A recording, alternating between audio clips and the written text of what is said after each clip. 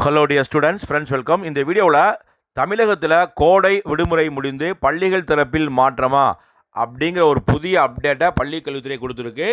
தமிழகத்தில் பார்த்திங்கன்னா கோடை வெயிலின் தாக்கம் காரணமாக பள்ளிகள் தரப்பில் மாற்றம் கொண்டு வருமாண்டு பள்ளி கல்வித்துறை அமைச்சர்கிட்ட ஏற்கனவே அப்டேட் கேட்டாங்க. தமிழக பள்ளி கல்வித்துறை அமைச்சர் இது சார்ந்து ஏற்கனவே அப்டேட் கொடுத்துட்டாங்க, பள்ளிகள் தரப்பில் மாற்றம் இல்லைன்னு. ஸோ இன்றைக்கி பள்ளி கல்வித்துறை மீண்டும் ஒரு புதிய அப்டேட் கொடுத்துருக்கு.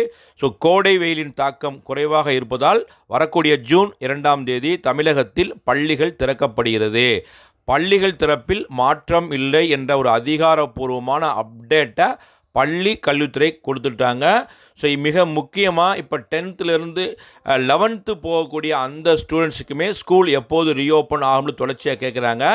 பெரும்பாலான பள்ளிகளில் அட்மிஷன் 11th நடந்து வருது. மேக்சிமம் வரக்கூடிய வாரங்களில் அட்மிஷன் முடிகிறதுனால ஜூன் 2ஆம் தேதியே பல மாவட்ட பள்ளிகளில் 11th-க்கும் அந்த ஜூன் 2ஆம் தேதியே பள்ளிகள் திறக்கப்பட இருக்குது.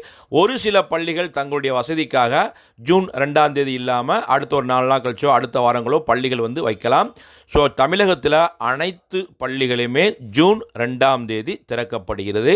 அதற்கான அதிகாரப்பூர்வமான அப்டேட்டை பள்ளி கல்வித்துறை தற்போது கொடுத்துட்டாங்க.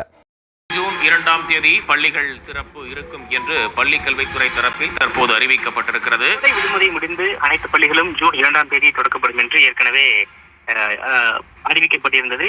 அந்த வருட அட்டவணை என்பது கொடுக்கப்பட்டிருந்தது.